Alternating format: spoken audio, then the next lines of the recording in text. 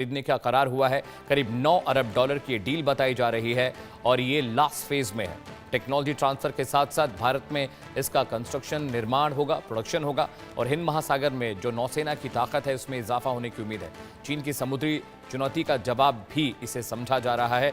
करीब 9 अरब डॉलर की ये पनडुब्बी डील जर्मनी के साथ होने जा रही है, जिसमें जो वॉरहेड कन्वर्जन है वो भी हमारे पास होगा। टेक्नोलॉजी ट्रांसफर के साथ साथ तमाम दस्तावेज भारत के पास होंगे। हिंद महासागर में चाइना को टेम करने के लिए ये डील बहुत अहम बताई जा रही है, बहुत क्रूशियल ये डील है।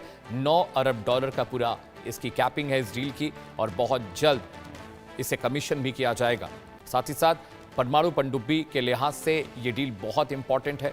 जर्मनी के बीच, भारत के बीच पिछले 10 सालों से इस रक्षा सौदे पर बातचीत चल रही थी और अब फाइनली 6 पनडुब्बियां खरीदने का करार हुआ है। जर्मनी से भारत ये पनडुब्बी खरीदने जा रहा है।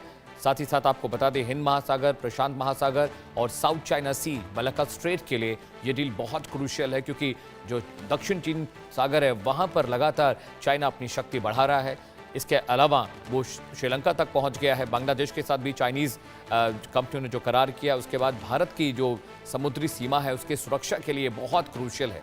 तो जर्मनी के साथ ये जो डील होने जा रही है, इस डील के बाद हिंद महासागर में भारत की जो शक्ति है, सामर्थ्य है और ज़्यादा बढ़ने जा रही है। आलोक सहाय डिफेंस एक्सपर्ट हैं, ज़्यादा जानकारी के साथ जुड़ रहे हैं।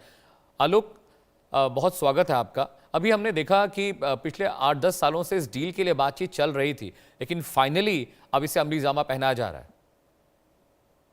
अमित जी नमस्कार। जी हाँ, बिल्कुल ये पनडुब्बियां हमारे लिए बहुत ही जरूरी है, क्योंकि विभिन्न नेवल एक्सरसाइजेज में, इंटरनेशनल लेवल एक्सरसाइजेज में इस तरह की पनडुब्बियों ने काफी कुछ सफल तरीके से अपना परफॉर्मेंस दिया है और चुपके से ये डिफेंस को तोड़ करके और अंदर जाकर के दूसरे जहाजों को नाश करने का जो एक्सरसाइज होता है उसमें ये काफी सफल रही है। उसका मुख्य कारण यह है कि ये बहुत ही साइलेंट है और इसका एयर इंडिपेंडेंट प्रोपल्शन सिस्टम है। ताकि इसका मतलब ये होता है कि इसको अपने फ्यूल बनाने के लिए बार बार हवा में अपने स्नॉर्कल ऊपर लाने की जरूरत नहीं है या जमीन के ऊपरी पानी के ऊपरी सतह पे आने की जरूरत नहीं है दूसरे पनडुब्बियों की तरह। तो ये लगभग न्यूक्लियर सबमरीन की तरह कई हफ्तों तक पानी के बिल्कुल नीचे रह सकती है।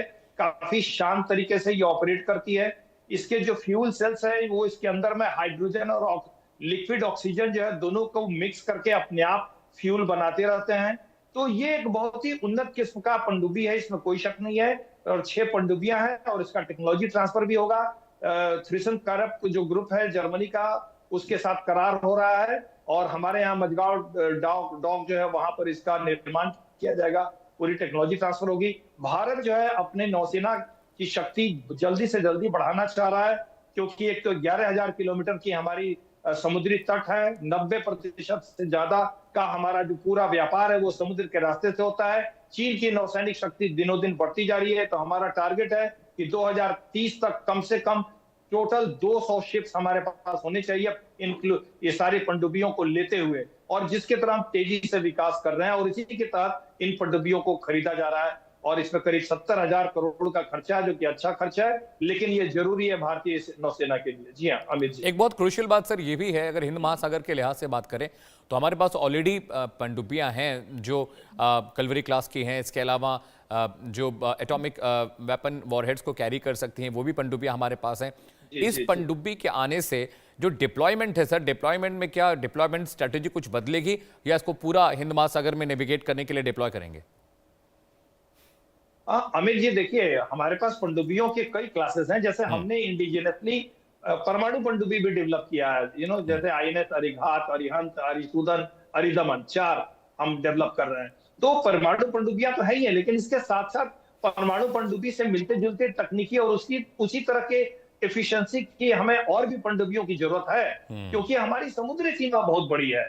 तो जितने भी क्लास के हमारे पनडुब्बियां हैं उसका इवन डिस्ट्रीब्यूशन अलग अलग, जैसे हिंद महासागर क्षेत्र में, फिर अरब सी में, उस साइड में, वेस्टर्न कोस्ट पर, सदर्न एरिया में, श्रीलंका के आसपास के तटों पे, हमें बहुत बड़े रेंज को कवर ठीक करना है है अमित आलोक जी, जी, ये देखना पड़ेगा। वक्त की थोड़ी सी कमी है। बहुत शुक्रिया आपका इस खबर पर जानकारी देने के लिए। खबरों में आगे बढ़ते